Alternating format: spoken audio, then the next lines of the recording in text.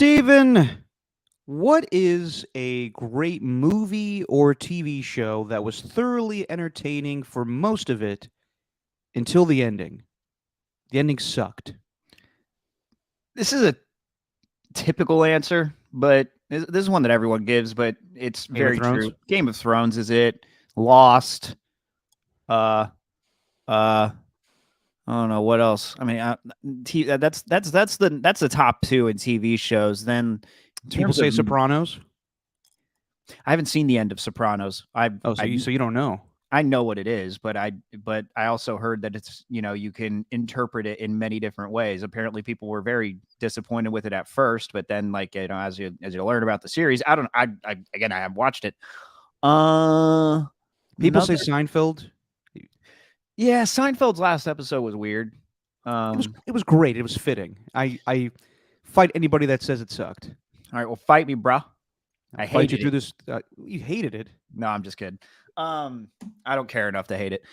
It was well done. What else? What about movies? Yeah, I'm trying to think of a movie that if there's like a movie series, like Lord of the Rings was awesome. The ending of Harry Potter was perfect. Man, How about I don't know. Recent movie that the ending ruined it for me was Us, the second Jordan Peele movie. That ending ruined it for you? I thought that ending was terrible. Really? It's just the twin. If you think about it, it really doesn't add up. Spoiler alert. Well, it's a couple of years removed. You should know by now. The reason I bring that up, and welcome everybody, Just Your Opinion Man, Stephen Langford, Derek Papa. The reason I bring it up is because that's how I feel about the Super Bowl. Oh. We'll get into it, but man, that ending, I thought it was terrible. It was a great game. Maybe you could make the argument it was possibly the best Super Bowl of all time until that defensive holding call, in my opinion. Right. And we'll get to the whole game today, but damn, that really was a bittersweet ending to, for the most part, a pretty good NFL season. It started off a little rocky, and then it picked up towards the end. But for us not having football for a few months now, that really ruined it for me. Yeah, but the thing is, I've been thinking about this. Obviously, I've been thinking about this a lot since we haven't had a show that's leading up to this. Mm-hmm. I was actually going to try and start the show like the Kelsey brothers do. I've listened to the last episodes By of crying? their last couple of what? By crying? No. Oh, come on, that was a beautiful moment with them. Of course it was. I'm not dogging it. Oh my gosh! Well, I mean, my favorite part was the replies to that thing where it's like it's not that serious, blah blah blah. It's like, oh, shut up. But anyway, it's a good way for Jason to deflect that he lost the Super Bowl. But the way that the way that they begin every podcast, they call it like new news because it's like new heights, and basically they give news on the podcast. And I heard their podcasts are longer than ours, which is hard to believe. Oh, they're long as hell, man. They're like they're like 2 hours long each one, but it's once a week. But they start off talking about where they're at in the charts. So I figured I was going to start off our podcast that way. Welcome to Just Your Opinion, man. We are 578th on the Spotify charts. Do you know that? I don't, but you don't either because no one knows. But that's the number we're at. We're 578th. We are climbing. We are growing with listeners. You can subscribe, resubscribe, rate, review, but we are climbing the Spotify rankings. We're hoping to get to 577 by next week. I mean, considering how many podcasts are out there in the world, that's not bad. It's just a total made up number. We should just do that every podcast. I think just make up a number. Doesn't have to be in the 500 vicinity, or we could just move up one place every week. I'd say let's just stay at 69 for the foreseeable future. Well, the thing is, I think they could see I'm the content 69 with that number. though. I think they could see the 69. That's the issue with it. You gotta go like with an obscure number that nobody can look up. It's like, oh well, they're the 254th ranked podcast on Spotify. No one's believing that. No one's believing that. I'll take their word for it. You almost had me at 578. I was like, that seems maybe likely. No, no chance, actually. We are the 578th ranked sports podcast in the Bay Area. Oh, sports? Oh, in the Bay Area? Yeah, that's what I'm saying. And that may narrow it down, actually. Yeah. No, we'll get to it all. Oh, sorry, go ahead. But the ending of that game, I'll just say my piece real quick. Like, It did suck, and I texted you right away. Like we both texted each other saying like that was lame as hell. They can't do that. Like to call that in that spot. But after a little digesting, I guess for lack of a better term, I'm not saying they deserve that call, but the Eagles defense should have gotten a stop so they weren't in that position at some point in the second half. Like at any point, just get some sort of stop and don't fail for the tricks in the red zone. So the ending did suck, but I felt the Eagles defense, if they're the number one defense in the NFL or the number two defense in the NFL, whatever it was, they should have gotten a stop to avoid being in that situation in the first place. I think Brandon Graham said that afterwards. A lot of the Eagles players said that afterwards. So that's kind of where I stand on it. I do think that the call sucked in the moment, and it did take away from what could have been like an all-time ending for a guy in Jalen Hurts, going up against Patrick Mahomes. And it essentially did what the overtime rules did to Josh Allen last year, which is essentially you take the ball out of this dude's hands with a minute 50 to go or whatever it would have been. Yeah, I'm kind of looking at it from a larger perspective now, as opposed to just zeroing in on the one play.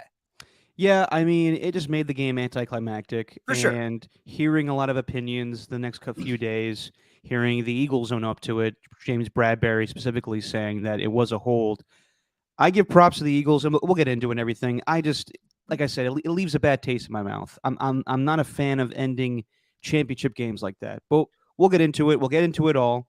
We'll talk about Derek Carr. I am not happy that the Raiders got no compensation for him whatsoever, but we will.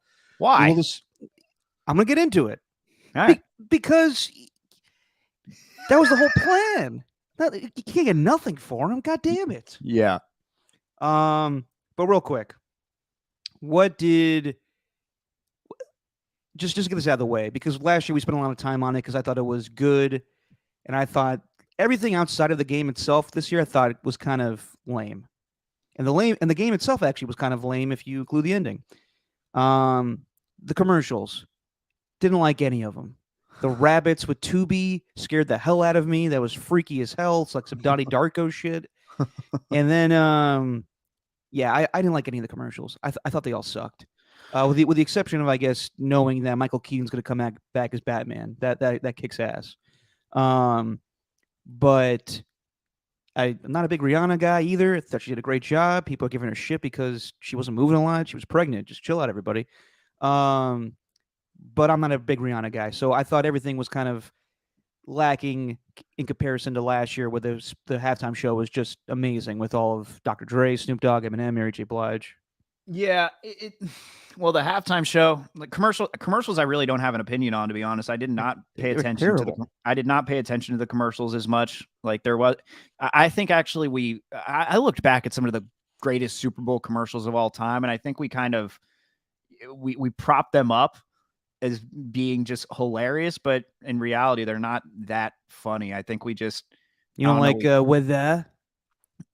No, like I mean, I laughed at some of them, but I don't know. I think we just kind of put these Super Bowl commercials in a certain, like we put it up on a pedestal, and I wasn't really a big fan. And also, I'm gonna take credit for this. I did not get fooled by the Tubi ad.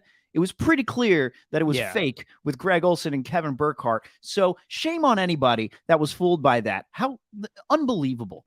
I'm just kidding. It's not that just bad. In the future, people, you can easily tell, because the shot was the two shot of them with their back towards the field. Right. They wouldn't take that shot in that moment in the fourth quarter. No, they would not.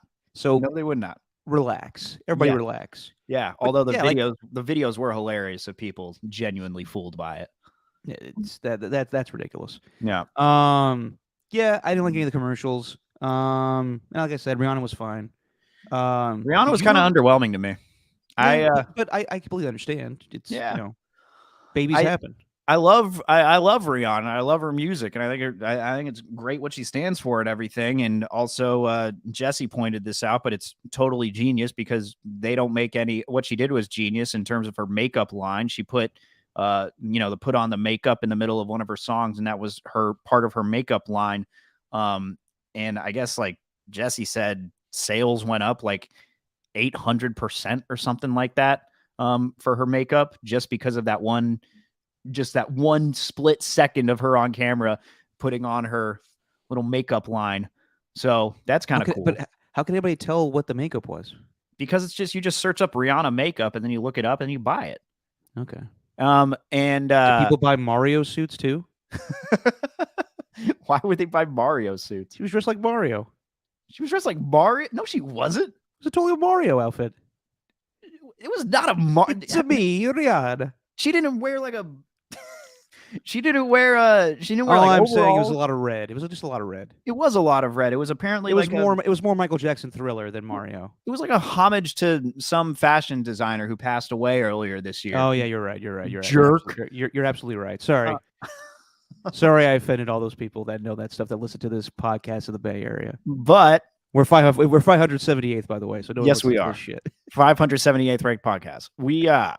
I do think that the medleys though, like if you're gonna do the medleys, like these songs where they last for like 30 seconds to a minute at the most, and you just that's basically what the Super Bowl performances are now. Yeah, exactly. But like if they're not playing an instrument or they don't bring anybody out, or like at least The Weeknd did something kind of interesting with his selfie camera, trying to basically make it look like his album.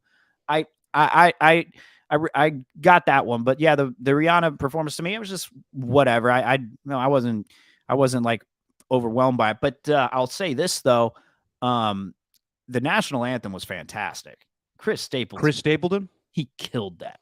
Yeah, it was good. He killed that. It was no Whitney Houston, but it was good. It was no Whitney Houston. There's not going to be many that live up to Whitney Houston, but as far as national anthems go, that one is right at the top. That's one of the best I've heard in recent memory. I was like, oh, okay, let's get some football going. And then you had Nick Sirianni too, with the tears streaming down his face.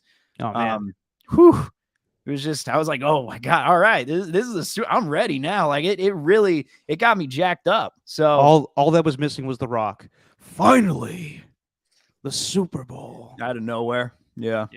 That was terrible. Oh, a year ago? Yeah. Yep. Did you know Michael Keaton was coming back as Batman? That was a total shock to me. I had no clue. That's pretty awesome. I gotta say, I'm not into any superhero movies, but like nowadays, but like that brought me back a little bit. I was like, damn, 70-year-old Michael Keaton. I'm down. Yeah. I'm into it. I mean, he was like the classic one where he didn't move his neck. Yes. Like he always just turned his shoulders. Like I don't know. My favorite was when like somebody posted a GIF of him in the Batmobile and he's in the bat suit, and then like gritting his teeth. No, it was when it's like when you spot the person in the lane over and they have the same car as you, but your neck hurts or something, and then it turns thumbs up. Yeah. You want to get nuts? Let's get nuts. Bring Jack Nicholson back as the Joker, then we'll really. We haven't seen Jack in a while. Nah, he's he kind of fell off being a Laker fan, got huge, so he'd be more like the Penguin now, I guess. We gained weight. Yeah, he's a big boy now. I haven't seen Jack in a while. Yeah, well, it's warranted. It's fine. I don't think it's a big deal. He can really own up to it like Andy Reid does. Yeah, Terry Bradshaw, Jesus. Dude, that's what I was thinking. Terry Bradshaw like checked off every single Andy Reid cliche that you could possibly. Why don't you waddle over here, you fat ass? Like, basically, like, all right, Terry, Jesus. Where are you wearing Were you wearing a Hawaiian shirt? Where are you? And I'll get you a cheeseburger. Come here, I got a cheeseburger for you and a Hawaiian shirt. It's like everything. Listen, Terry's fine on the Fox broadcast, but I mean, if you ever seen Terry's one-man act in Branson, Missouri, he's not great with the comedy routine. I have not seen his one-man act. You are the only person I've known that's heard of it and seen it. It's on HBO Max. Give it a ring. I'm good. Give it a ring. Anyway, give it a ring. Give it a ring. All right, let's talk about this game. Mm-hmm. Great game, terrible ending. That's how I put it. Jalen Hurts probably had the best performance by a losing quarterback in the Super Bowl, in my opinion. Mm. He was fantastic. And I will say this: in the past, I have not given credit to running quarterbacks. I always think that it's just not going to work in the playoffs for whatever reason. And the way that Jalen Hurts was able to develop himself as a passer this season makes me retract that statement. That I think eventually someone will do that. I don't put Patrick Mahomes in that category. I don't put Russell Wilson in that category because in order to win those Super Bowls, and for the most part, those guys are pocket quarterbacks. But Jalen Hurts is as good as a two-way threat as there is in the NFL right now. Put him up there with Josh Allen, Lamar Jackson. He's a but what's different from Jalen Hurts than Lamar Jackson is he really I talk about all the time. That Tampa Bay playoff game a year ago, he was wildly inaccurate, wildly inaccurate. Mm-hmm. And this year, it may have been just the development of Devontae Smith or the acquisition of AJ Brown, but whatever it was, Jalen Hurts worked on being a great passer. So, as far as the NFC and we look at quarterbacks going into the future, I think he's the top of the list as far as young quarterbacks in that conference, and I give him a ton of respect. And if the Eagles pay him, and that's the problem that they'll run into eventually with keeping all these free agents, but I think that he's put them in a great spot to win in the future. Yeah, I'd say that even with those two that you mentioned, the additions of the addition of AJ Brown, the development of Devontae Smith, just getting better as a wide receiver, that doesn't improve like the passes that he made to Dallas Goedert, if that makes sense. Like some of those throws that he made to Goedert were just unbelievable. And it's kind of crazy how Devontae Smith had that exact same catch, really, in situation where the Chiefs challenge it down the sideline. Oh my gosh, I got like phlegm building up, but it's not like actually. I got it building up, but it's not actually like there. So I'm kind of like waiting on it. It's kind of like I'm waiting for like a sneeze, but like it's not coming. So I don't know what to do right now. But just keep talking till it comes. You all right? All right, now we're good. All right, we're okay. Jeez. Ugh. All right, we're fine now. But those throws that he made in such tight windows, I think with guys like him and guys like Josh Allen, they're living proof that you shouldn't give up on quarterbacks just because they're inaccurate right away.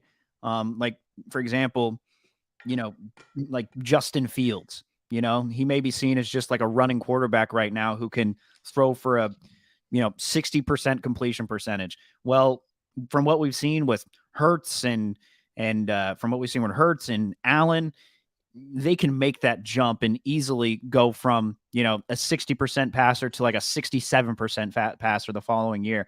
But what Jalen Hurts did in that game, like he genuinely was the guy who kept him in it. Like the rushing game wasn't there. They weren't able to do anything with Miles Sanders. He only had 7 carries for 16 yards. Barely anything with Kenneth Gainwell. By the way, Miles Sanders, free agent. So not saying that they didn't give him carries for that reason, but probably not great in his negotiations. Right. Yeah, probably not. I don't even know what running backs are worth anymore. Not a lot. But like he was genuinely the one keeping him in that game. And I think he gained the respect of a lot of people. And like, a lot of the discussion around this week was the 49er players and what they were saying, like, Debo calling him James Bradbury trash. And then, the holding call happened, whatever. That's fine if you think the defensive line makes them that much better. But, you could almost say the same thing about the 49ers defensive line if you're going to use that argument. You know what I mean? Like any team that has a great defensive line, it doesn't mean that they make their quarterbacks better. Some are just good, but if he wants to call them trash, that's okay. But the one who was clearly wrong was Robbie Gould. Like he said, if you have to make Jalen Hurts pay quarterback, then you're going to have a pretty easy time out there. Well, the Chiefs made him play quarterback because they totally stopped the run and he delivered. That was just an awesome. And that's why I'm like blaming the Eagles defense as a whole. Like the Eagles would have won that game if they would have just gotten one stop and momentum changes, momentum shift, whatever. And maybe the Eagles should have done more from that 17-play drive that only ended up in a field goal. But like Jalen Hurts played well enough to win, and that dude was spitting bars throughout Super Bowl week. It's like I don't even remember what he said, but there are a couple of lines that he said at media day where it's like, damn, this dude he's 24 years old and he's like genuinely spitting right now. He's philosophizing. That's a good way to put it. He's philosophizing right now. That's the way to do it. But ultimately, though, it's the damn Chiefs. Yeah, they're a darn good football team. Well, I would say Jalen Hurts is comfortable and confident in himself, and that's something that was not happening with Carson Wentz, and that's the difference. And that's what the league is going towards. Those types of quarterbacks, ones that can move and ones that can sling it. That's why Patrick Mahomes is a 2-time Super Bowl champion, and that's why Jalen Hurts is going to get himself a nice contract. And that's why guys like Derek Carr are not going to be on the Raiders anymore. And that's why Aaron Rodgers may be the lone guy left in the league that's going to be like that. We'll see what happens. But as far as the game itself, I thought that both offenses dominated, and I thought the Eagles dominated in the first half, especially with the time of possession. That offensive line was just crushing the Chiefs' defensive line. You saw all the 3rd and 1s, 3rd and shorts. That QB sneak is damn near impossible to stop. Chris Jones going low or high, doesn't matter. Right. They're powering through and getting that first down.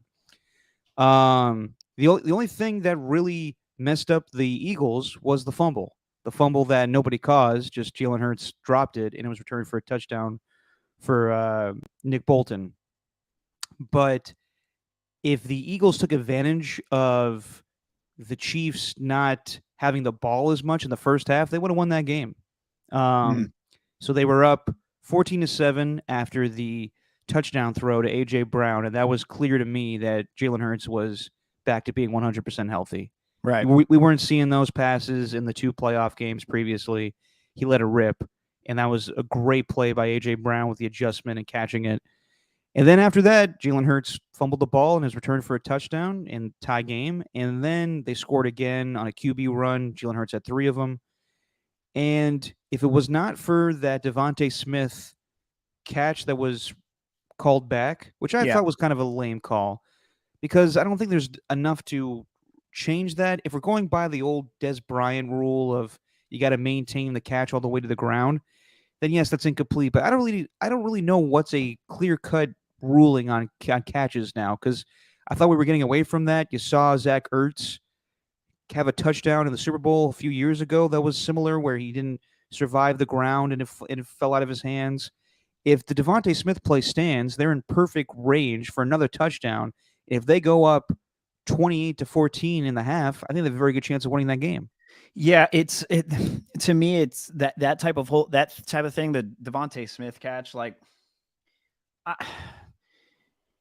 you got to give these players some sort of benefit for making a fantastic play. Like, it was not clear and obvious to me that he had dropped that ball. Like, sure, it might have hit the ground a little bit, but he also kind of maintained possession afterwards. It was just for a split second. I don't know, man. I guess I understand why it wasn't a catch by the rule, but I think the rule is stupid. like that's just what takes precedent there? Is it the fact that his 2 feet are in bounds before the catch, or is it that he didn't maintain the catch all the way through? Right. Like we had Mike Pereira on Monday after the holding call, and it wasn't like it was a horribly officiated game, but there just was inconsistencies. We'll talk about it later, but the fact that the defensive holding was called at the end of the game and not in the second quarter, where Juju drops that ball, that it's clear that James Bradbury has more of a defensive hold, in my opinion, on that play where the Chiefs had to punt. Just inconsistencies. Like the Dallas Goedert catch that he caught on his helmet, I thought it was a good catch. You can make the argument similar to the Devontae Smith incompletion, where you have to go back and look, where does he have possession? Right. Where does it matter? Like, I just think we're not really consistent with our catch calls anymore. But yeah, the Eagles dominated in the first half. And then I think you see a lot of comebacks now in Super Bowls. It started with the New England Patriots when they were down 28-3, not at halftime, but later on. And then the Rams came back from their deficit a year ago. Wasn't that much. But not to take away from the halftime show, but 30 minutes is a long time to make adjustments. And that's where I think Peyton Manning saying, you don't make adjustments in the NFL. Of course you do. In Super Bowl, that's what changed the whole thing, in my opinion, was Andy Reid had 30 minutes. Patrick Mahomes had 30 minutes to ice up his ankle that he hurt right before halftime. And Andy Reid was able to figure out the Eagles defense in a half in 30 minutes. He went back to film with the Jaguars and Eagles and saw that they were benefiting from plays with Jamal Agnew where they were faking shifts where the receiver was going to cut in and stayed out there and left him wide open. That was the game plan in the second half. Andy Reid had 30 minutes to figure it out, and he shredded the Eagles defense. I think it was very similar to when the Chiefs played the Niners this season, where I think Nick Bosa only had the one sack. And also, I think the Eagles not getting sacks, yeah, they just didn't have a good game whatsoever. But also, I think the turf didn't help. You saw a lot of slipping and probably did not benefit the Eagles' defensive line to go forward. You agree, or are you smiling at me? No, I'm just thinking of this. Have you seen the latest conspiracy theory around that? No. I guess the guy who sets up the fields every single Super Bowl, who has, I think, for every Super Bowl in existence, the dude is, I think he's in his 90s now, but he is a diehard Kansas City Chiefs fan. So, yeah, there was someone did the percentages of like the amount of players that change their cleats. Yeah, during the game, and I think like the Eagles had 38% of the players change their cleats, whereas the Chiefs had like 18% of their players change their cleats or something. You're saying they were tipped off. Yeah, they're saying that the Chiefs knew that it was going to be a slippery field, but they both had to play on it. So that that conspiracy theory is just like it's fun to speculate over, but it's obviously not something to really truly dive into. Not like this alien stuff that's happening right now. Within the world, we'll have plenty of time to dive into that in future podcasts here. That's definitely gonna rise us from 578th to, I don't know, maybe 540. We'll see. But well, that will tractor in the niche audience that we need for this podcast. Correct. Yes.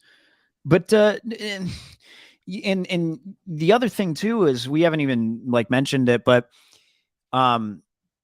it really, all three phases do really matter. Like I can't remember like a time when, and the reason I say Jalen Hurts, it really felt like he did it on his own almost for the Eagles, was I can't really remember. Did they have like any big special teams plays?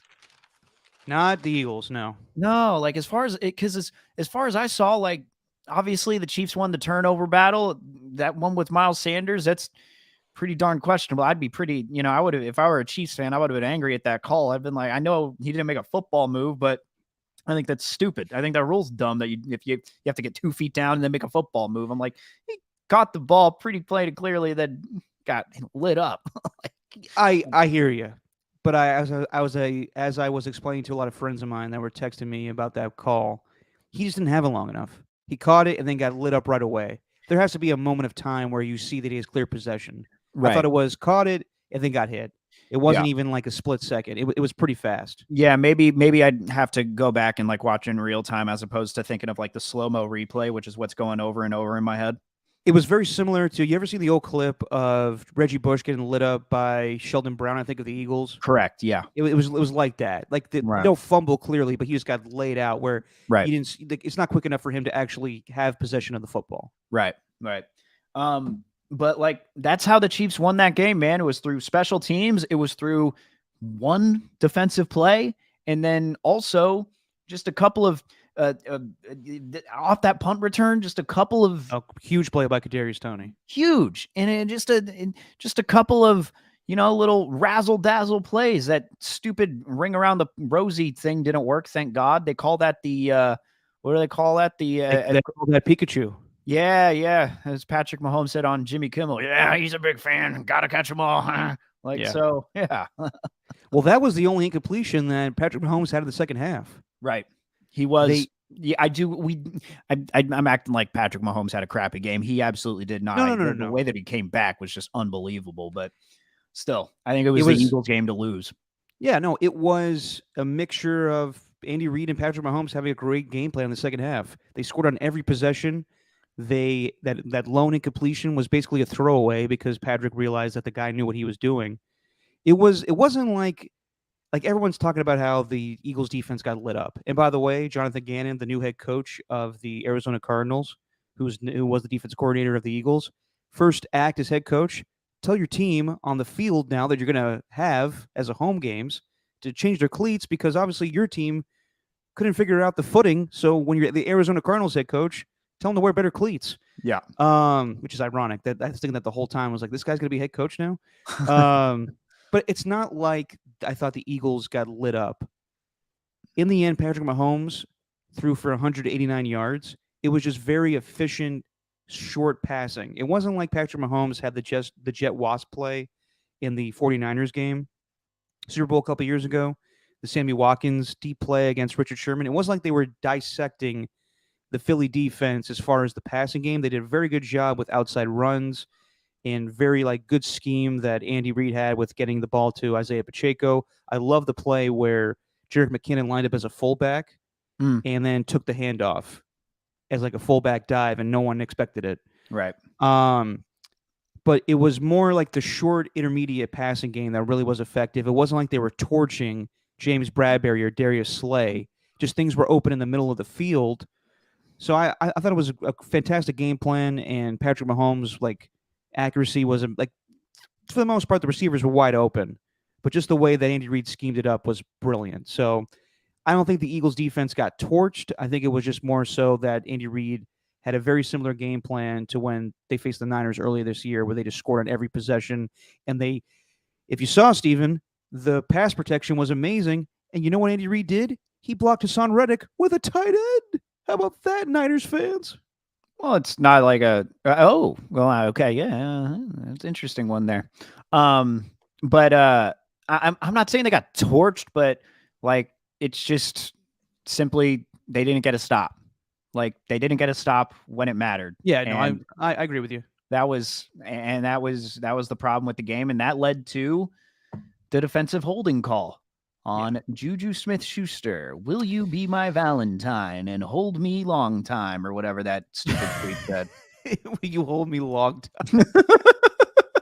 It wasn't quite that. Hold on, before we get to that. So the Chiefs took the lead. They went up 28-27 because the Eagles settled for a field goal. They interviewed A.J. Brown, I think, yesterday, and they asked him, I knew we were going to lose the game once we went up 27-21 because we weren't being aggressive. But in that moment, I don't know what you do. I guess Nick Sirianni was so comfortable in his offense and how dominant they were that he was okay with just going with the short, 3rd-and-1 sneaks. That's the most unstoppable play in football right now is Jalen Hurts lining up with tight ends behind him and everybody just pushing him forward. They faced that situation when the Eagles or when the Chiefs scored to make it 24-21. If they would have faked something in that moment to go over the top and go for a bigger play there and score a touchdown, they would have won that game. I'm a little surprised that Nick Sirianni wasn't as aggressive as, say, like Doug Peterson in the past. He was pretty aggressive. He went forward on fourth down multiple times. But I thought in that moment they had to kick the field goal with where they were in that situation. But if they would have gone for a more aggressive play earlier on, then they would have won that game. They were content with running the clock and being dominant and having ball control. The biggest difference in the game was the Eagles didn't make the most out of their time of possession, where the Chiefs just scored every single time quicker than the Eagles did. Right. So that's where I thought they lost the game. The Eagles defense couldn't stop the Chiefs. They settled for the field goal. And then the Eagles managed to tie the game up. And then, yes, we get to the defensive holding game call. And, yes, if you look at the play, letter by the law, it's defensive holding. I'm not disputing that it wasn't. It is. He grabs his jersey. I've heard everybody talk about it. Mike Pereira, in the moment, Greg Olson's like, I don't know, Mike. I don't know, Mike. And I agree with Greg. I think that in that moment, yes, it is the right call. But do we really want games ending like that? Do we really want the Super Bowl determined by a penalty? because that's what it was, really. Right. The thing with me, and maybe this is just me being a uneducated NFL watcher, uneducated football viewer, consumer of sports, but like, sure, he grabbed the jersey, but like, unlike that play in the second quarter, I looked at that and I thought, man, he did not really throw Juju Smith-Schuster that far off his route. And then also with the ball placement, like if that hold weren't called, like I don't think that ball would have been complete anyway. I don't if he even if he didn't hold the jersey, like even if he just let him run up field, I don't think that would have been a complete pass anyway. If I'm not mistaken, didn't the Eagles pass rush get to Mahomes on that play, or am I wrong on that? Was he kind of pressured on that, or did he have like a clean pocket? I got to go back and watch that play, but I'm pretty sure he had a clean pocket. That was it was just an incompletion. yeah. So I don't know, man. Like I'm not fully convinced that play would have been complete had they not called it, but it's not one of those plays like, with the Saints and the Rams in that one NFC championship where, it's going to Roby Coleman. Yeah, it's not like it's going to, they're going to meet at the next CBA meeting or next joint competition committee meeting or whatever. And they're going to discuss, oh, we should be able to challenge defensive holding calls. Like, no, it's not going to cause that. It did make for a very disappointing end to the Super Bowl. That's for a fact. But it's the type of thing where it's like, well, another team in the playoffs gets screwed over by a rule that probably shouldn't have been called, but you know what? Whatever. It happens. It's just, and I can't, and to me, like, I'm the type of fan that I like the human element of the game. I like the human element of error, which is what a lot of officials make. They do make error, but they also make a lot of right calls. I don't know, man. I looked at that and I thought, whatever, fine. Chiefs are going to win. Okay. But it was very anticlimactic. And thank you, Ian. The catchable pass thing is only for pass interference and not defensive holding. Look at that. Yes.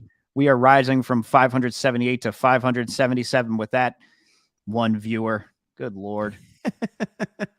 So he made a YouTube account now. Does he do this thing where he lurks through YouTube without posting anything like he creepily does with Twitter? That's an inside joke. Well, I'm guilty of that apparently too. Well, no, you actually tweet. He just has like the egg, and then he'll ask me, "Hey, did you catch that tweet?" I'm like, "Did you? Were you even on Twitter?" Anyway, that's the best way to go about Twitter, is acting like you're too good for it. I'm with you, Ian. I'm with you. Yeah, he is too good for it, I guess. I don't know. My thing is, well, yeah, I mean, yeah, Steven, like the way that the Super Bowl ended, it was just perfect for the script. The last few weeks, Patrick Mahomes gets bailed out by a penalty. Yeah. No, I'm not one of those guys that thinks the NFL was rigged, but I will say that it sucked that call. It was the right call, but it was not the right moment for that. Definitely not. And I agree with you, Steven. Like the Nickel Roby Coleman, that's clear. That is pass interference. Right. I understand that would have won the game for the Saints, but that's blatantly obvious. Right. Is the James Bradbury tug of the jersey more egregious than Jimmy Smith bumping Michael Crabtree in the end zone for that Super Bowl? Right. I don't think so. And I'm glad they didn't throw a flag on that play either. Sometimes you just let it go because you want to see a good outcome of a game. And the refs can't dictate games like that. Yeah. Because it robbed us of the Eagles having a minute 50 on the clock and responding to the Chiefs having the lead 38-35. I'm not saying that the Eagles would have won the game, and I'm not saying that they were robbed of anything. If anything, they lost the game in the second half fairly. But I would have liked to see a better ending than what we were given. Because Jalen Hurts with 6 seconds left, nothing's going to happen. Right. And I can't I like how people are really going after Jalen Hurts and discrediting everything that he did just because of that one final throw, which was one of the worst Hail Mary passes of all time. But look where he is though too. I know. But also with the ref being in that position, I I don't know how refs think, you know? And they clearly don't care about that outcome, though. You know what I mean? Like if they No, see, they don't care that it's a big moment. Oh, it's a Super Bowl. Well, I'm just going to let it slide. Like I don't think. As a matter of fact, like in the final moments like that, they're probably even more focused than they were before. Like I don't know, maybe the reason why it wasn't called in the second quarter is because they're focusing on other things. Maybe trying to catch like a hold on the defensive line or on the offensive line rather. I don't know. Maybe they were, but this one they clearly knew it was going to be a pass, and they're zeroing in on the receivers, on the cornerbacks, and they called it. So I can't act like I go into a referee's mind and understand why they make these calls or what they're focusing on specifically. But clearly, I think that he was looking straight at the receiver, straight at the cornerback, had a clear view of it. Then he made the call, no matter what point it was in the game. And they don't care about the fans and what we think. They want a clean game. well, they do and they don't. So I remember watching the Eagles and Patriots Super Bowl from a few years ago, and Gene Steratore is mic'd up, and that's one of his last games that he officiated. And you hear him on some of the questionable calls, like Corey Clement catching a touchdown, and he bobbles the ball before he goes out of bounds, and he called it a touchdown. Same thing with the Zach Ertz play I referenced earlier. You hear him mic'd up talking to the other referees, and he's like, "Is there some green room or some gray area to those calls being overturned? Yes, but the magnitude of the game, I'm going to let it go." And that's how some referees dictate the flow of the game. Mike Pereira came on with us the day after, and he basically said the same thing that you said. In that moment, no one's caring about there's a minute left in the game or whatever. You make the right call in the right moment, and he gave kudos to, I think it was Carl Sheffers who officiated the game or whoever threw the flag, that he had the balls to throw the flag in that moment. Yes, I guess if you want to be a good referee and everything, great. But also, I go back to the second quarter play where it's clear that James Bradbury mugged Juju Smith-Schuster, and we didn't get a call for that on third down. If you're going to call it, then be consistent. Dude, the comparing Gene Steratore and Mike Pereira too, it's like Pereira says, the officials don't care about that moment. Well, Pereira clearly didn't care about the fact that it was the Super Bowl. That dude sounded so bored when Greg was going to him. Wasn't he? Hey, man. Like I love me some Mikey rule books. I respect what he does, and I do think you need refs around, but like at least Gene Steratore seems as if he enjoys the sport or enjoys his job. Pereira just like super milk toast, just bland. He's focusing on the game, man. Like if you ever see the booth shots with Greg Olson and Kevin Burkhardt, Pereira's just like nosedive deep and just ready for the next play. Yeah. And also, Mike's looking to get back to Sacramento and drink on some Tito's. What? That's where he lives. Oh, really? That in Santa Cruz. Yeah, he's local. He comes up KBR all the time. I didn't know he lived in Why would you want to live in Sacramento if you have like a pretty well-paying? I'll assume he also has a home in LA where he does the Fox stuff for him. Oh, okay, gotcha. Yeah, I mean, I'm throwing a lot of shade at Mike Pereira right now, but I don't mean to be disrespectful. But Mike's the man, but I understand what you're saying. Yeah. For years, he infuriated me with his reasoning for the Tuck rule, so I never forgive him for that. I can't tell you how many like NFL Network rules symposium I went to with my pops in the summertime, and Mike Pereira would always be like, "I got a question from Greg. I'm sure I wonder what this is going to be about." See, like, well, Ernie says, but Mike's card rep for Gene is like Gene Steratore. He has gone on the radio, and he's owned up to it, and he kind of realizes it's ridiculous. He actually, when he talks about it, he talks about it with a little tongue in cheek. The index card? Yeah. But that was, God, I hated that. Two very different. $1 billion business, and we're dictating it by fucking school supplies. Oh, what a time. Anyway. So does that call take away from what would have been a great game? To me, no. I mean, okay. I'm not going to look at the whole. Like, I thoroughly enjoyed that Super Bowl, and you know what? Like, I mean, it really would it be a Super Bowl if we didn't have like, or at least would it be controversy? Would it be a sporting event if we didn't have something to complain about? I don't know. I'll remember this Super Bowl as much as I'll remember a lot of the other ones just Yeah. because of everything that happened in the game and how exciting it was, and all the throws that Jalen Hurts was making. The fact that Mahomes got hurt, came back in the second half, and they scored on every single possession. The Kadarius Toney fumble return or not a fumble return, the punt return, the Nick Bolton fumble return for a touchdown, almost a second. Thought he was going to be the Super Bowl MVP for a split second before they called it incomplete. Like, I don't.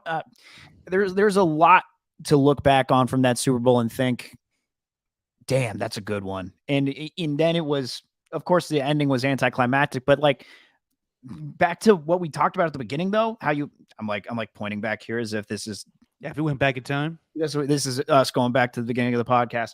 But you asked me, like, are there any movies or TV shows that have a crappy ending? But at the same time, I still say, like, I mentioned Lost and Game of Thrones, but I still consider those to be some of my favorite TV shows of all time. No, that's fair. Yeah. You know what I mean? So, damn, full circle. Just thought of that. This is why we're 578th, God damn it. Yes, I hear you. For the most part, it was a memorable Super Bowl for the plays and the two quarterbacks and everything. Mm-hmm. But in my opinion, it's not even better than last year's Super Bowl, because we had the great drive with the Rams to win the game, and then you had Aaron Donald making the stand, and we didn't see that. I would love to, even if it's Chris Jones sacking Jalen Hurts and knocking the ball out of his hands, or it could possibly be Jalen Hurts throwing a touchdown pass to Devontae Smith to win the game. We just didn't get that moment, and that's what infuriates me. Totally. No, we were robbed of some sort of play, something that would have happened in the final minute 50 that would have just really been for lack of a better cliche, would have really been the icing on the cake that was Super Bowl 57. It would have been a taste of cake. I gotta say this though. Say it. Say it with your heart, sister. As a Raider guy, I'm not supposed to like the Chiefs, but damn, they're a likable group of guys. And like Andy Reid, I don't know how anyone has anything bad to say about that man. That dude. Well, if you're Jerry Bradshaw, it's because he's fat. Yeah, I mean, it's really just everything on the Andy Reid checklist. It was like, my God, Terry, easy. He really, it's like all in one sentence. He was like, come here and grab a cheeseburger while wearing your Hawaiian shirt, your mustache. Like, like, Jesus, Terry. I will say this. Did you hear what he called those plays, the fake motions at the wide receivers, the Sky Moore and the Kadarius Toney play? I heard it, but you could say it. Corn dog. I love it. And Peter King's like, you don't call it corn dog. Oh yeah, we call it corn dog. Mustard or ketchup on what mustard or ketchup on a corn dog, Derek? I go mustard. Yeah, me too. Anyway, continue. But the best part is Peter King asks him, what made you come up with corn dogs? And he just goes, corn dogs, man. One of the best foods you can have with mustard and ketchup on it. Doesn't go into the reason why they call it. Just like, yeah, I like food. That's also what I realized too, listening to like Peyton Manning talk about detail. He's just like, yeah, well, there's no real reason for why it's called that. We just call China route. The China route. I don't know why it's called the China route, but it's called the China route. God, my impression is getting worse of him by the podcast. Moving on. It used to be better back in the day. It did. I gotta get that back. But also, Eli. That was the best part of it. Eli, watch the what? I can't. No, can't do it. They also they're a really likable bunch. I think Patrick Mahomes is like just a great individual to have as like the face of the sport. The guy just like, he just gets it. You know what I mean? Like Aaron Donald doing his late night talk shows. I got no problem with the way that he handled it, because he's like, you're partying after the Super Bowl. That's what you want to do. But you could also tell that Aaron Donald was still feeling the effects of the alcohol going into that late night talk show. And he was kind of just like laughing and giggling, kind of like, yeah, blah, blah, blah. But like Patrick Mahomes, the way that he was like carrying himself, doing the whole thing, I don't know.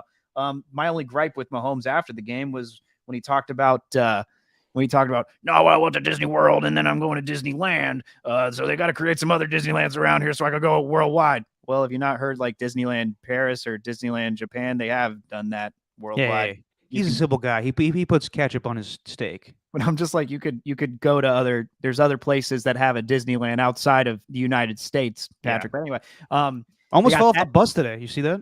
Yeah. Yeah. But hey, man, like I respect it. Travis Kelsey's really grown on me. Wasn't a huge fan of him at first, but I'm a big fan of him. I think he's a kind of down to earth dude, but he seems like he's down to earth dude. I like it when he's on the podcast. But Yeah. also, Travis, no one thought you're going to win the Super Bowl. Relax. I Yeah. love when everybody uses that mentality, but it didn't apply to the Chiefs. Everybody loves the Chiefs. Yeah. And also, that accent he used to have back in the day kind of came back today when he was doing the parade. Right.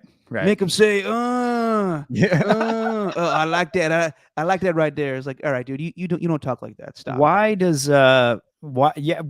they get the right to just like claim fight for your right to party? Like, why do they get Yeah, that where song? I mean, like, I'm sure rest in peace, MCA is not happy with that. I mean, come on. So it's also the players, but also I just realized this. I was thinking about this on my drive home.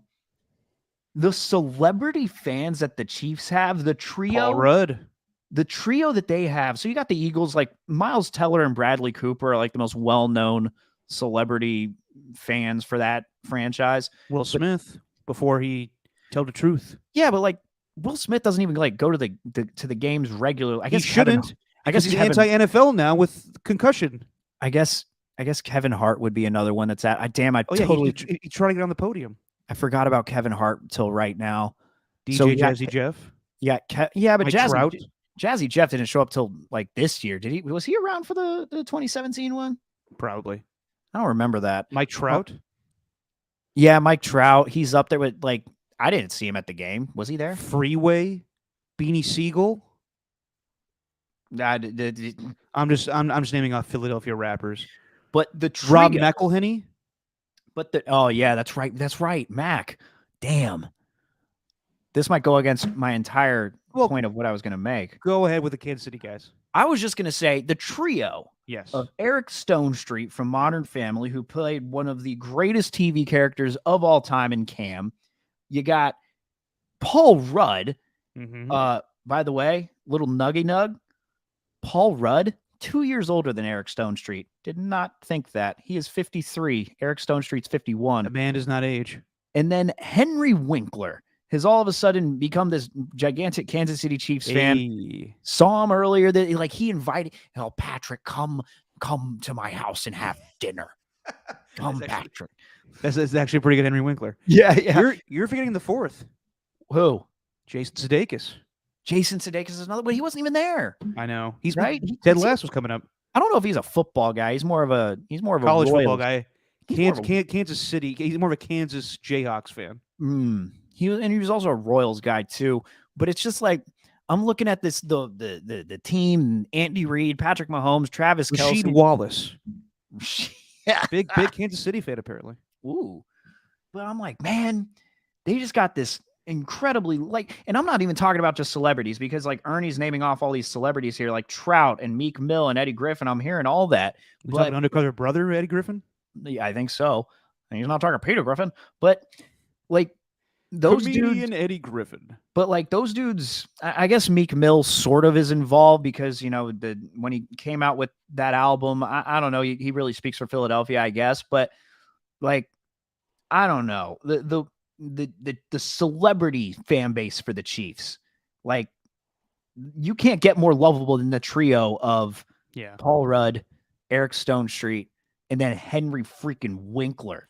Like, come on, man. And like the Niners, they have a ton of fans that just come out of the woodwork out of nowhere who have said they're fans all their lives. And I totally believe them. I'm like, why don't you hang out with the team? Like Dana Carvey. I didn't know Dana Carvey was a Niners fan until earlier this year. Had no clue. I didn't know he was a Bay Area guy at all. I learned all of that this year. Jeremy Renner's another one of those. Jeremy Renner's one of those guys. Schoolboy Q. Like there's a ton, but like I don't know. They don't seem to be like associated with the team. They're just like fans. It feels like Eric Stonestreet and Paul Rudd are like parts of the team. You know what I'm saying? Well, yeah, but hey, don't I mean Raider Nation's good, man. We got Ice Cube and Carson Daly and Jessica Alba. All right. You don't like any of those? I like. I mean, of course, I like Ice Cube. Who Too doesn't like Ice Short, Cube? Yeah, Too Short's a Warren Too Short's G, fun. Snoop Dogg Yeah. when he wants to. No, Snoop Dogg's a oh my gosh, I totally good point. Ian Tech Nine. Malibu Lou. That's another Kansas City one. Yeah.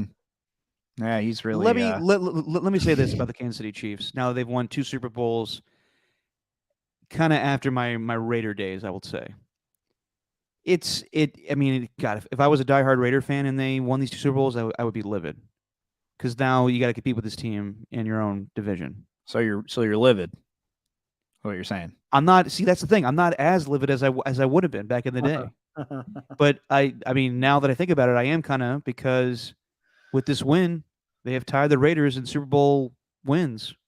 It used to be the Raiders had the most Super Bowl wins amongst the AFC West. They had more than the Chargers, more than the Broncos. Tied the Broncos. Yeah, tied the Broncos. Mm. And now they're tied with the Chiefs. And that's going to be a thing going forward. But Patrick Mahomes, man, he's, yeah, as you said, Steven, the face of the league. I'm not ready to say he's a GOAT or any of that stuff, but he is one of the greats now. He is hands down the greatest in the game to win, to end the MVP Super Bowl curse. Since 1999, Kurt Warner was the only guy to win the regular season MVP and win the Super Bowl. And not only did he win the Super Bowl, he won MVP for the second time. So he's accomplished so much in so little time, and it's only going to grow from here. But yeah, he's his performance was Brady-esque, I would say, and he's basically now the Brady of the NFL now. Yeah. What's crazy is other than maybe like Kelsey getting a year older, like that team's only going to get better going into next season. Like, think about the way that they talked about the roster. There was maybe like the way that Travis Kelsey was talking, the reason that he said no one thought, we were going to do this. Tyreek Hill. I mean, yeah, exactly. It was just because they traded away their star, didn't know what they were going to do at running back. And it's like the fact they that didn't even use Clyde Edwards-Helaire. No, he's expendable now. The fact that they managed to get to this point, I mean, a lot of it has to do with Mahomes. Shout out to Chad Henne for that one touchdown that he scored when he came in the divisional round. Yeah. And now he's retired. So shout out to Chad Henne. But just the way that it is very Brady-esque in that it's not like he had like a ton of superstars around him in order to win. They were just a well-oiled machine of offense, and their defense managed to get a couple of stops, which is also what happened with the Patriots too. Like, it's very reminiscent of what Tom Brady has been able to do, and especially this year. And that's what's scary about the Chiefs. And I know we're going to talk about, Derek Carr and his release from the Raiders. And that's what kind of like the Chiefs winning the Super Bowl kind of gave me this super defeatist attitude about the Raiders and where they're going and where they're headed. Well, I'll say this. Yeah, it's going to be a problem. It already is. And not only is Patrick Mahomes the best quarterback of football right now, you can make the case to me that Andy Reid in some ways has supplanted Bill Belichick as the best coach of football, just because I'm not taking anything away from Belichick as far as his whole career and everything. But currently, right now, Andy Reid has adapted his game to the new NFL, and his offensive coaches, you saw it in the coaching hiring process, more offensive coaches than defensive coaches. Andy Reid is able to scheme better than most of them. And I think that what he's accomplished now with Patrick Mahomes is served better in today's NFL than what Bill Belichick is going through, having to compete without Tom Brady right now. And a lot of it is the quarterbacks. Like, anyone that says, was it more Brady than Belichick? I'm not discrediting Belichick. I just think that Andy Reid is doing a better job more recent. Every great coach is a great quarterback. So Bill Belichick has Tom Brady. Andy Reid has Patrick Mahomes. Bill Walsh had Joe Montana. You're always going to have that. But I do think Andy Reid is doing a better job adapting to today's NFL. Like you saw it in the game. Everything he's doing, Kyle Shanahan's doing as well. And I'll get to that in a little bit here. But yeah, I think that Andy Reid is already in the conversation as one of the best coaches of all time, but he may be in the conversation as the best coach currently. Yeah, I don't know. You can't really name another one. You can't really name another one as the best coach in the. I think Andy Reid's at the very top. Like Bill Belichick is known as one of the greatest of all time, but right now, it like when Tom Brady toward the end of his career, we're never saying like Brady was the best quarterback in the league. He was just always like toward the end of his career. I'm not saying like in the middle. Of course, in the middle, he was like the best in the league. Probably. I mean, you can make the argument for Peyton or anyone else, but no, it's kind of similar with Reed right now. It's like he's a legend, but also he is the best in the NFL currently, and the fact that he's led this Chiefs team along with his staff. I mean, it's also credit to his staff for sticking around with him so long, like Eric Bieniemy and Steven Spagnuolo. And I know that Bieniemy may not be, the offensive coordinator moving forward. That will be interesting to see how Andy Reid handles that. But it's Reid, it's that coaching staff. Like the Chiefs are the top of the league right now. They are the apex predator, and everyone else is just trying to chase them, Yeah. like it's really them ahead of the pack. No, I agree, and I also give credit to the Eagles and how they handled themselves after the game. A lot of teams would have been pissed and said they got robbed of a Super Bowl and that call and everything.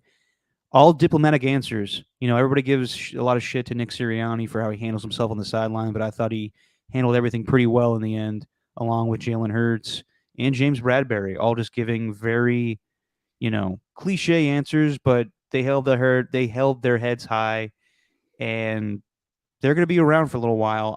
Their team won't be the same, obviously. Once you pay the quarterback, things change, and they have a Mhm. bunch of free agents, but I thought they handled themselves pretty well after the game, and I'll say this too. Anyone that thinks that the way that the Eagles performed defensively in that game justifies that Brock Purdy being healthy would have just torn apart the Eagles, you're out of your mind. Are you really expecting that Brock Purdy was going to pull a Patrick Mahomes in the NFC Championship game? Patrick Mahomes didn't get touched, and Hassan Reddick lit him up on the first drive. Brock Purdy. So don't give me that crap. And the whole Debo Samuel saying James Bradbury is trash. Stop it. It's what didn't I say on the podcast last week? Like, why just need to go on the I Am Athlete or the Pivot And he podcast? did. And he did. Yeah, then he did literally that night. It said straight up Trash. But he said, okay, the James Bradbury being trash thing, okay, fine. But he didn't say, oh, if he didn't tell them, oh, if we would have had Brock Purdy, then we would have won that. No, we he would have won that he game. said to Adam Shine. Adam Shine's like, my God. And also, but God, defensive back is like outside of maybe quarterback. I think it's like defensive back is probably the hardest position in the league. Like, Yes, just because your mistake is shown to everybody. just like, people, even the non-football X's and O's people. yeah, but the players can say what they want. The fans can say what they want. As far as I'm concerned, like the Eagles and Niners fans are going at it. They shouldn't be wasting any of their. They shouldn't be wasting any of their. How should I put this? I mean, for lack of a just shouldn't like stop wasting your time. It's over. Like it's over now. There's no need to argue with any. Like I get a lot of Eagles fans are striking first. Still calling out a lot of the 49ers and their players for what they were saying. And that's fine. You know what I mean? Like I don't really care with what the fans are saying right now. It is a little ridiculous to me, but in the end, all that matters is Joe Fortenbaugh and Bonta Hill made up at the Mexico airport today. What are the chances? That's so funny.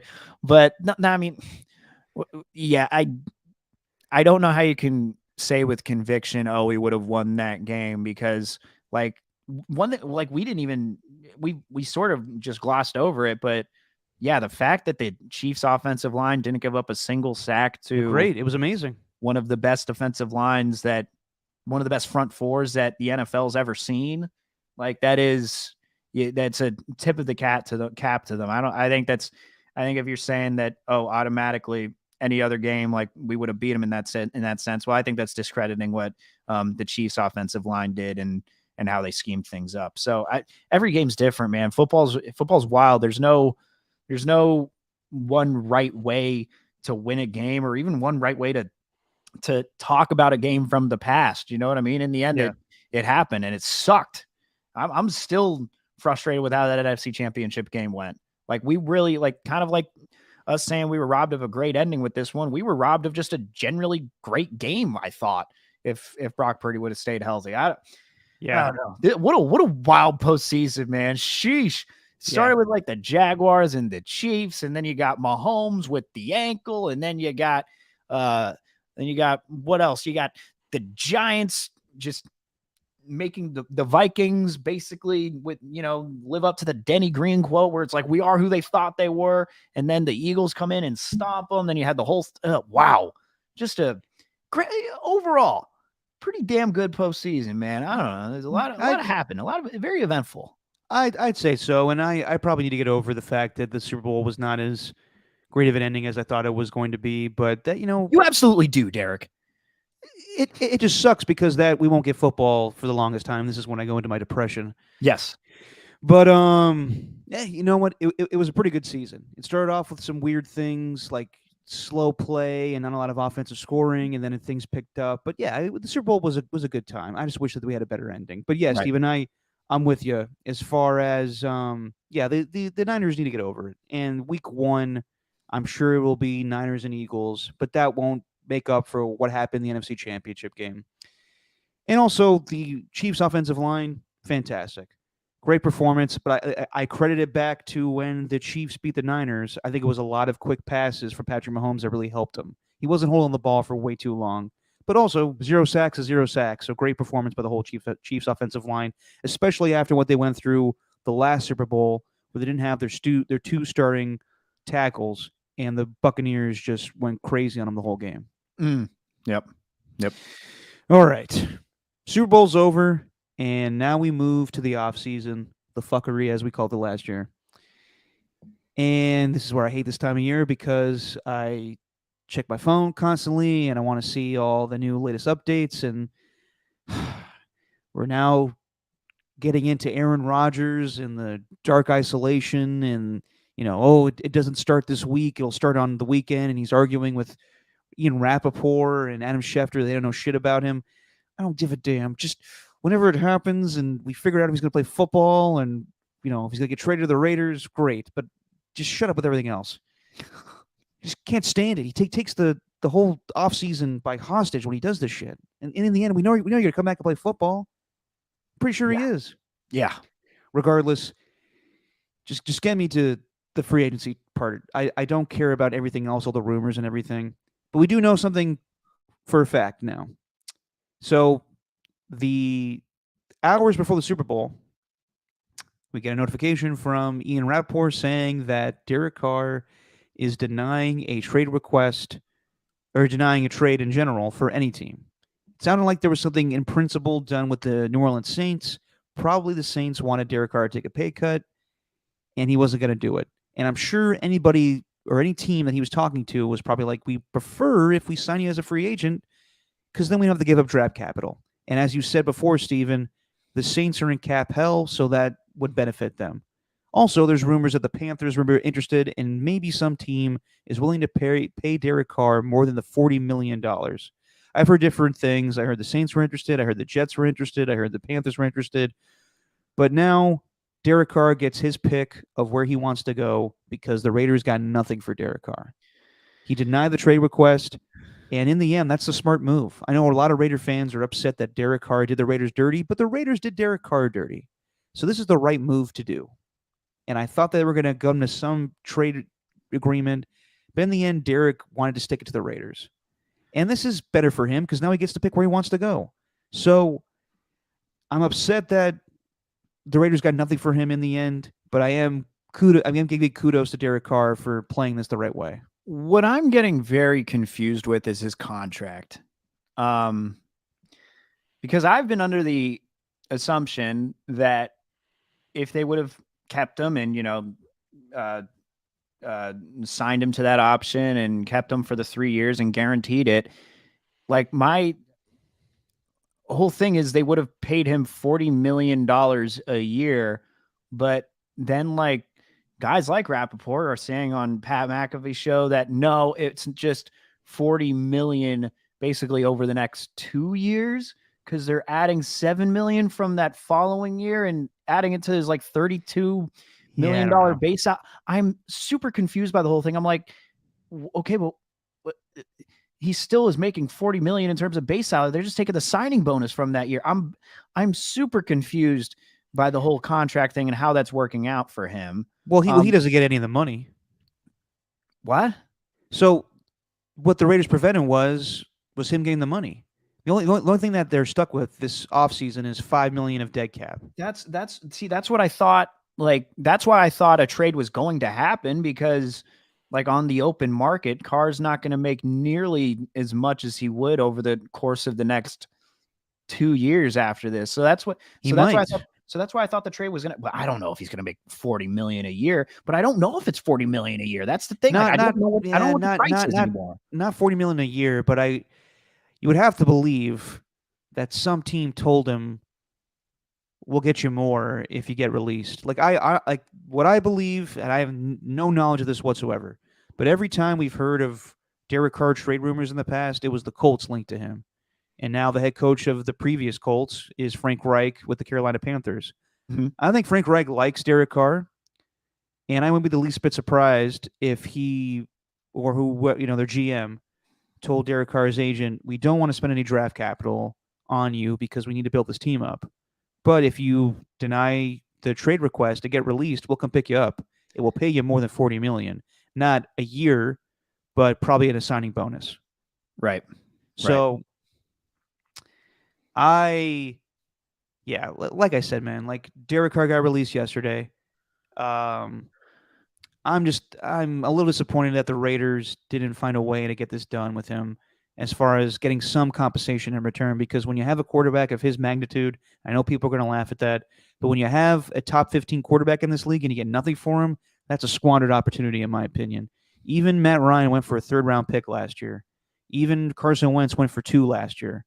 To get something in return, nothing. Like I wanted Michael Thomas, you get nothing for what he's accomplished in this league.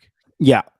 Yeah. I don't blame Carr for basically holding the Raiders hostage in terms of a trade negotiation. I don't blame him for that. And I also don't blame the Raiders for wanting to be rid of him. And, I mean, I got to stand by my word and, say like, yeah, I do agree with, I do agree with the whole sitting him for 2 weeks because of just in case of injury. But then if you would have told me, oh, by the way, he's not going to accept a trade moving forward. He's not going to waive that no trade clause. Like I really thought in my mind at that time, oh, of course, why would he waive the no trade clause? He's going to be making $40 million a year if he gets traded to another team, especially if they take full compensation. Why wouldn't he want to do that? But in the end, I think it was any team that was willing to trade with him was saying we don't want to pay you 40 million. Yeah. And also the third round pick, I thought it was going to be a lot more than that. And that in itself, I was like, damn, that'd be a disappointment for him. They got to get more than just a third round pick if they're going to be trading away this supposed franchise quarterback. But, like the thing with Carr is moving to the NFC is the best option for him. Yeah. You move to the NFC, you're automatically a top 5 quarterback in that conference. Like, maybe. Right now, you can't name any like that are that good. Kirk Cousins, maybe the top. Jalen Hurts is obviously number 1 right now, but people shit on him, but he just won the Super Bowl a couple of years ago. I still take Matthew Stafford. Yeah, Stafford's there, but I don't even know. Like those injuries, man, that's something different. Like what he's been I dealing with. I know. They'll have to get him a better offensive line. Or if if he even plays anymore. I'm He's not gonna play. Sean McVay's not coming back without knowing that. I'm not fully convinced. Right. Like I'm not 100% convinced on that until I see him on the field. Stafford's right up there, but yeah, man, top 5. You're right there in that conference, man. So the NFC would be a good spot for him.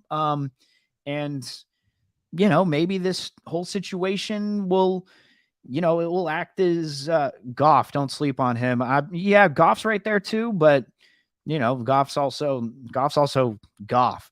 So I don't know. Goff's an interesting one. Goff actually had a pretty good season with the Lions, but probably played his best this last year. But if you're talking about Goff as one of the best quarterbacks in the conference, then that just shows how much you're lacking in the quarterback department within the NFC. Like Goff's a good quarterback, don't get me wrong, but if he's in the AFC, I mean, you're talking about him maybe being like the 8th or 9th best Yeah. quarterback. Like he's probably within the top 5 too. That's how weak it is at quarterback in that one. So if Carr goes there, I think it makes sense.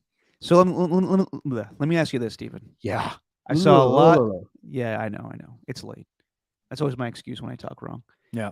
um, I saw a lot of Raider fans yesterday, overjoyed, and just tweeting out stuff like I saw guys burning jerseys. Oh. I saw guys say "good riddance."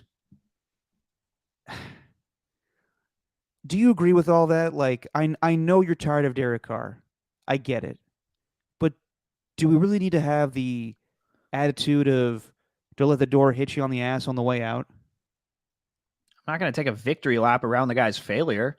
Well, not failure. Failure might be But too strong, but that's the vibe I got. Like I tweeted out something yesterday. It was like it feels like a lot of Raider fans forgot what the quarterback position was like before Derek Carr got there. You know, I know. You had fucking Aaron Brooks and Andrew Walter and just Jamarcus Russell, just terrible quarterback play. I understand that Derek Carr did not fulfill the expectations that we all thought. He played for 9 seasons, had a great 2016. Then it all was a little weird after that. I thought he went through a lot of shit with different coaches and different offensive coordinators. And yes, was he kind of cheesy and corny at times? Absolutely. But at least he brought some respectability to the position. I understand he sucked against, certain teams. The Chiefs he had a bad record against. He couldn't play in the cold. He didn't play well in December or November. But I just don't like the way the Raider fans are treating him on the way out because he stood by this team. He, through all, I keep bringing it up, but through all the bullshit that happened with John Gruden and Henry Ruggs, he was there to take on everything that went on with that organization. And I know it was crazy to say at the time, but he was proud to be a Raider and he wanted to retire a Raider and everything. I just feel like we're not really giving this guy his due on the way out. I think that a lot of Raider fans are just focused on the next thing, and you damn well better be sure that whoever they get next, whether it's Aaron Rodgers or some rookie quarterback, it's got to be an upgrade because otherwise this looks terrible. yeah, but fans are fans. Whatever. They're gonna act however they want to act. That's fine. I mean, it is disrespectful, for sure. But who cares what the fans think? Like, whatever. But the fact remains here is that if Carr would have stuck with this team, like I, I I don't know how much more of a chance I'm giving them going into next season. Like probably a little bit more than what I'd give if they don't get an upgrade at quarterback. But like they just gave him all the pieces this year and they still only were a 6-win team. And then I just can't get over that game against the Rams and then the way that he went against the Steelers. And, the season was still alive at that point. It was like really hanging by a thread. So like, I get that. I'm not trying to like disrespect him on the way out, but I also understand like why the Raiders are feeling like they need to move on here. Something interesting. I don't think like as far as who they're going to add, I don't think like I don't know if Jimmy Garoppolo is in the running right now. Just because like I'm not seeing a lot from reporters in terms of where he's going. Like reporters do this thing where they say like my feeling is that he's going to go here or here or here. Yeah. And not a lot of people are saying that they're feeling it. Not a lot of these prime reporters are saying their feeling is that he's heading to the Raiders. They have a lot of other feelings. And I'm like, well, really, those feelings are because you probably got tips and you want to sound like a smart football mind by saying, well, this is my gut feeling. Well, is it really? Because you probably heard a few things here or there that these teams are interested in signing this guy. I haven't heard the Raiders on that list. I don't know what the hell they're going to do at quarterback. Like this is where I told you I have a defeatist attitude when it comes to after watching that Super Bowl. I'm like, keep Carr. I don't know. Maybe trade for Rodgers. Maybe that'll get you somewhere. But like, maybe you just got to accept the fact that the Raiders are like just years behind these other teams within the AFC, and they've just already got a head start. But they can't be. They can't be with what they invested in Devontae Adams and this head coach. They got to nail this pick a quarterback, whoever it is. Because, yes, Steven, with the division they're in and the team that they're going up against twice a year and the Kansas City Chiefs that are the 2-time Super Bowl champions in the last 4 seasons. Yes, they need to compete with this team. And you got to compete with Justin Herbert. And you got to compete with Sean Payton. And now it sounds like foot fetish Rex Ryan's coming with him. But Micah Parsons is going to be a Bronco in no time. I was thinking about that the other day. But yeah, dude, like I'm with you. I do not blame the Raiders for moving on. It's time. It 100% is time. Before the season started, I said this is put up or shut up time for Derek Carr. He's got to perform well this season. Having Devontae Adams and having the contract the way it was, should never have the trade clause, but it was a good out to get away from everything. But it was the right time because there's really no excuses for him not performing well this season. And we had Paul Gutierrez on yesterday, and Paul had the opinion that Derek, was a weird situation with him. He thought he was passive aggressive at times. He thought he was sensitive. Obviously, when he told Paul, "Hey, why don't you cut back there a little bit?" This past training camp, and he also just, I guess the whole "I'll retire a Raider" thing. People kind of laughed at that, like it wasn't really thought of very highly in the locker room.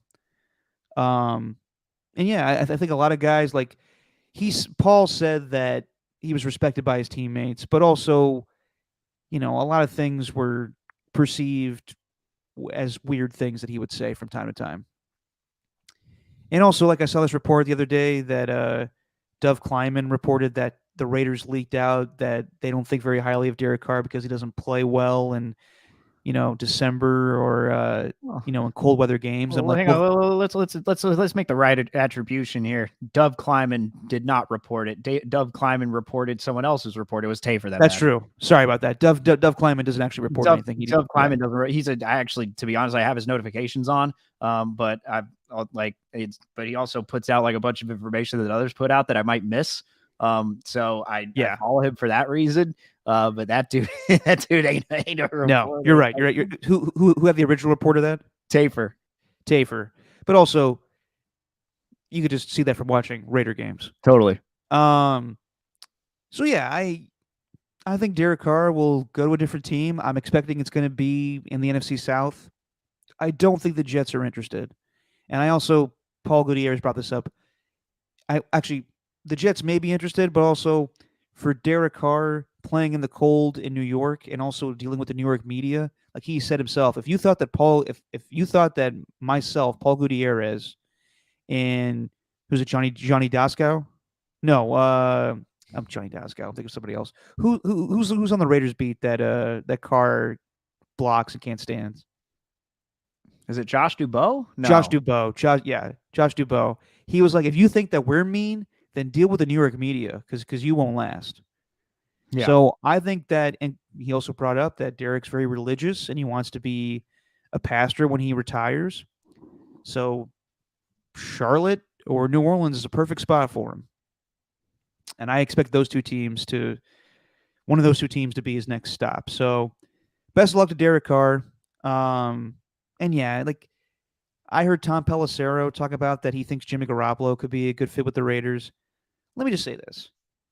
And we say this every year, but Adam Schefter, Ian Rappaport, all the NFL insiders, I don't want to sound like Aaron Rodgers on Pat McAfee earlier this week, but he's right. They don't know shit. Until they are told by an agent, they speculate. That's why the whole Rappaport going on McAfee's show every week, like he knows certain things, obviously he's tapped in, but no one knows concrete stuff until it actually happens. And they are the voices, or I should say the Twitter feeds, to let everybody know that this is happening. And they get the clicks and everything, and that's how they get paid. But they don't know anything. Like no one knows anything about Aaron Rodgers until it actually happens. Right. Even Rodgers. Right.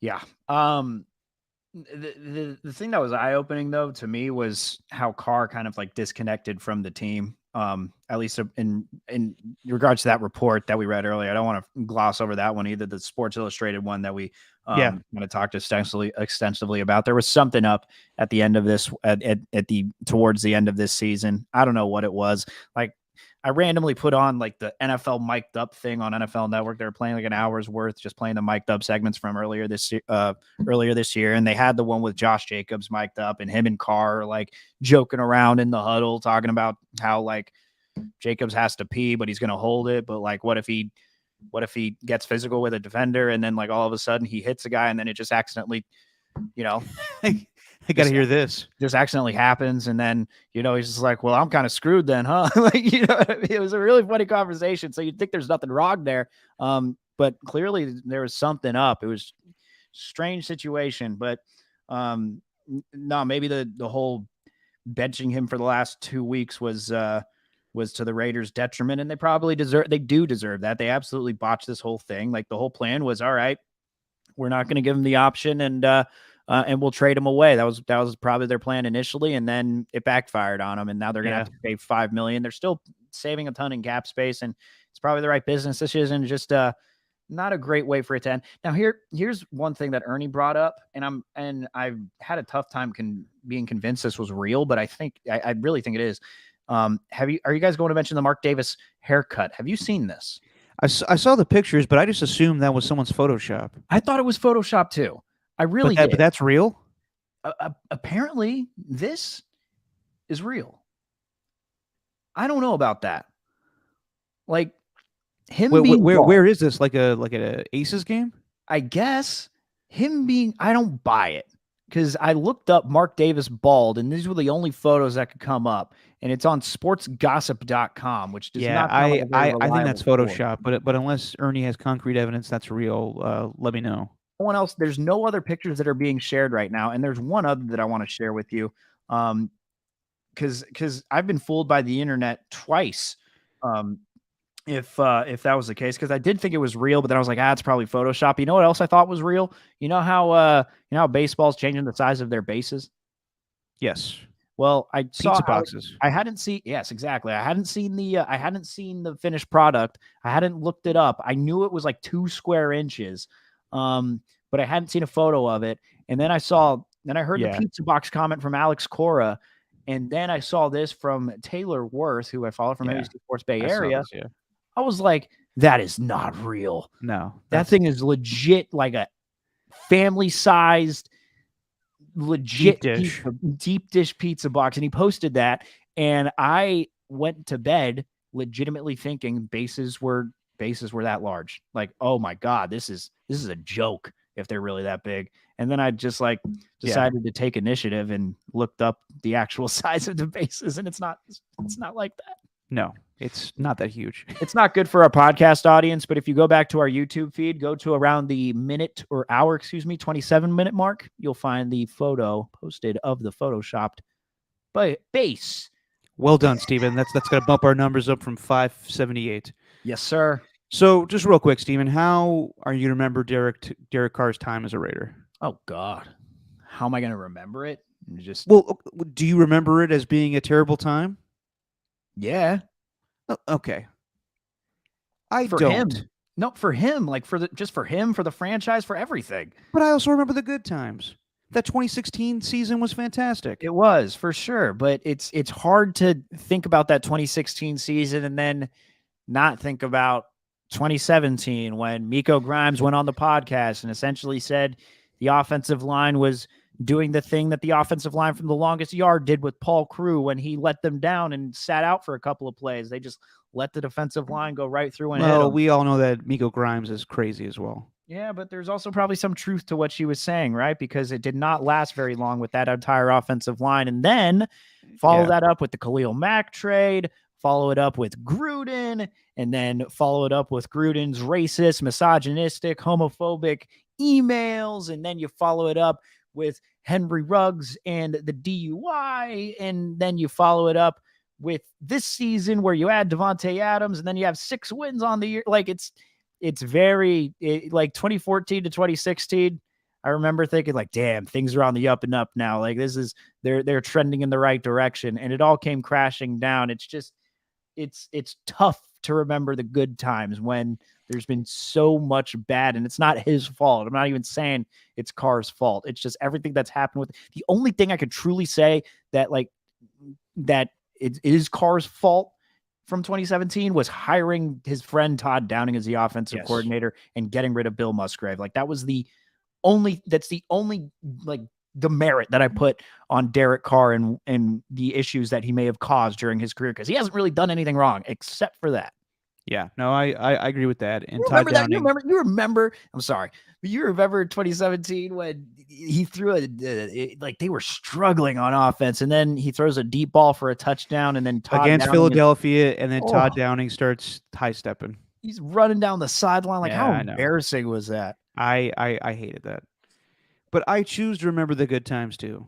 I remember all of the comeback wins against, in the fourth quarter, 2016, and there it was just better times, better quarterback play. Like going back to like Aaron Brooks getting sacked 9 times by Sean Merriman in an opening game, like, or Jamarcus Russell barely completing passes. I just like that we had a consistent quarterback for a while. And yes, there was terrible times.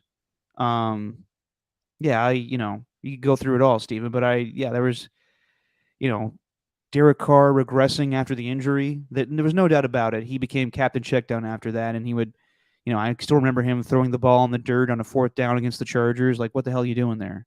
He just became very gun shy after that because he didn't want to injure himself again. Gesundheit. Yeah, luckily I muted my thing, didn't I? And I muted the mic. Good timing. Oh my God, I think I pulled a back muscle.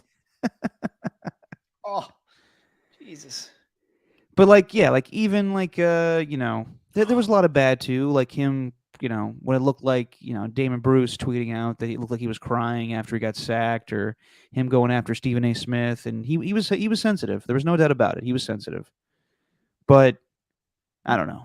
He just I also think about how he was just totally mistreated as a Raiders quarterback. I can tell you how many post-game shows I did with John Middlecoff and Chris Townsend where everybody thought that he sucked. And every preseason it was, well, we got to start Matt McGloin at quarterback. And it was stupid. And also, I couldn't stand the last game at the Oakland Coliseum where they lost to the Jaguars and the fans threw beer bottles at him. Terrible. Absolutely terrible. Yeah. So I understand there was bad. I understand he was kind of corny and cheesy at times. But I'll remember the good times. And that's all. I hopefully the Raiders upgrade. Glass half full, Derek. Wow. Yeah, I just you can't be you can't be just so just focused on what Derek Carr was and what he wasn't. If that makes any sense. Like, people forget how bad things were before he got here. And I'm not saying it improved much, but there were moments. Yeah, like the Raiders quarterbacks were terrible after Rich Gannon. Terrible. Go through them all. Kerry Collins, Marcus Tuiasosopo, all of them were shitty. And Derek Carr brought something different, and I think people just forget that. That was beautiful. It was beautiful, Derek. Man. Also, the guy has the same name as me, so I don't know. That's true. Yeah, there's also that connection. But it is time to move on. It is time to move on, and I hope Derek finds a better place to play. Aw. All right. Before we get out of here, just real quick, some NFL tidbits. Eagles lose a Super Bowl and lose both of their coordinators. Shane Steichen going to the Colts to be their head coach. It's funny that the Colts hired him after they fired Frank Reich, and Frank Reich was the Eagles' offensive coordinator. So basically, they're just doing the same thing over again. And as I said earlier, Jonathan Gannon going to the Cardinals. Hopefully, he tells his players to get better footing. So there you go. Warriors 29-29 at the All-Star break. Yep. And the West gets better with Kevin Durant and Kyrie Irving. Any hope after this break that they'll improve and be better like they were in the past, or is this kind of how it's going to be? Are they a playoff team or are they a play-in team? I don't know. They just got absolutely destroyed by the Clippers last night. Like, that team was at full strength. I know the Warriors were without Wiggins, without Curry and everything, but boy, they got destroyed. It's just like ran through defensively. Like, that's the issue is they like That's what I don't see with this team compared to years past is just um them being reliable on defense, but like how I remember being down on the year like by the time March came around or whatever it was last year. And then all of a sudden they went on to win the championship. I don't want to doubt them. Mm-hmm. Um, because they may end up proving you wrong. You know what? Actually, I'm going to because it acts as fuel for them. So the more that you doubt them, then you get more of the Travis Kelsey like quality where you're saying, hey, like Nobody thought we could win. nobody thought we could win. But you know, and here's the thing: Ernie says they're a playoff playing team. Like, dude, they're 1.5 games back of like the 7th seed or the 6th seed or something like that. It's so They're congested. ninth. They're It's ninth. well, they are, but like it's so congested in the middle of the Western Conference right Yeah, now. no, yeah. Like a couple of wins could make the difference. Like I think it's going to be fascinating to watch how that all shakes out. I don't think anybody knows how it's going to go. You might know how like the top 4 teams are going to be seated. Maybe the Mavericks are going to be ones who jump into that who jump out of that mid 500 record now that they have Kyrie. But I don't know if they're. I don't even know if they're. I do think they could be a postseason team, but I don't know, man. Like, yeah, playing might be it, but I don't know. I don't know. I don't know what Steph's going to look like coming back from the injury either. I think it's also the biggest unknowns that we have with this team going forward, because we all think that Draymond's going to leave. We all think that Bob Myers is going to leave. Um, you know, this is the worst I've seen them in quite a while. Not including the 15-win season from a couple seasons ago. Mm. And with the West getting that much better with Kevin Durant going to the Phoenix Suns, I think it's going to be really hard. But they are battle tested. But I don't know. It seems that they are going with a little more complacency. You heard Draymond Green last night saying like guys aren't trying on defense like they used to in the past.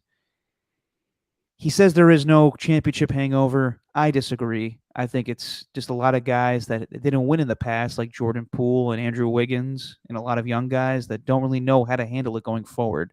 Where Steph and Clay and Draymond all do, but they're getting older as well. So I don't know. I would say that I'm not really confident in them being a championship team this season, but who the hell knows? There's a lot of more basketball to be played. I just re-upped on my NFL League Pass, NBA League Pass. I'll be watching a lot more games now that football's over, but I'll be watching more.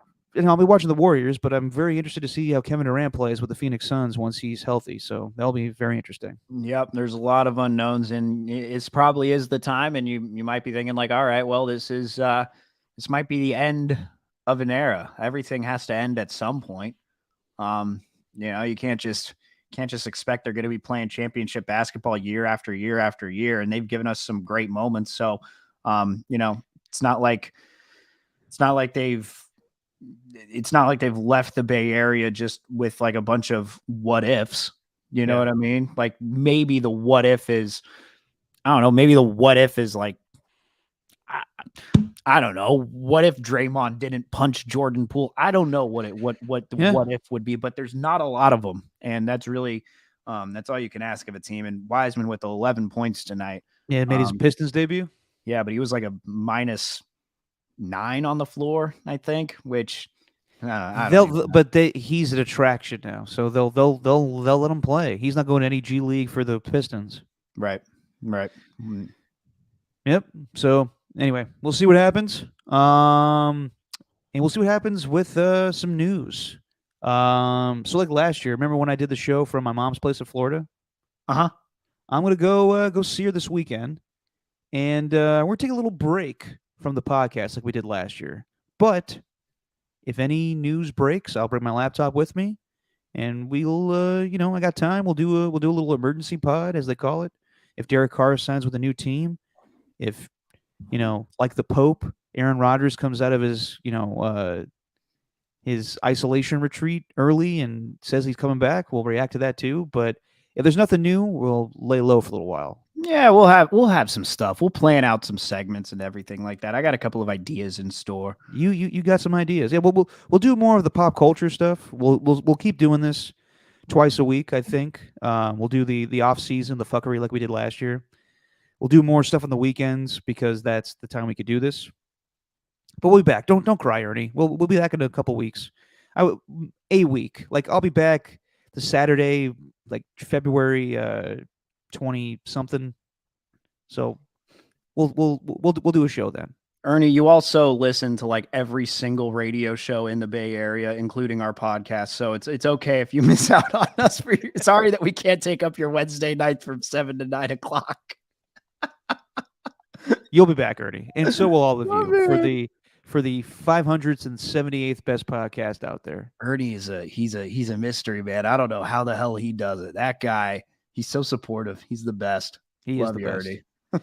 Ernie. Yeah, and it's just sad that damn, it's always bittersweet when the NFL season ends. But we'll get some breaking news pretty soon here with trades and free agency. So we'll get the off season fuckery going. Steven, always, dude. Thanks for doing this. We once again, started this podcast a couple of years ago, and look what we accomplished, making it the 578th best podcast out there. So appreciate you, buddy. Number 578 in the rankings. I dare anyone to say otherwise. All right. Say what you always say. Yeah, it's just, we're 578, man.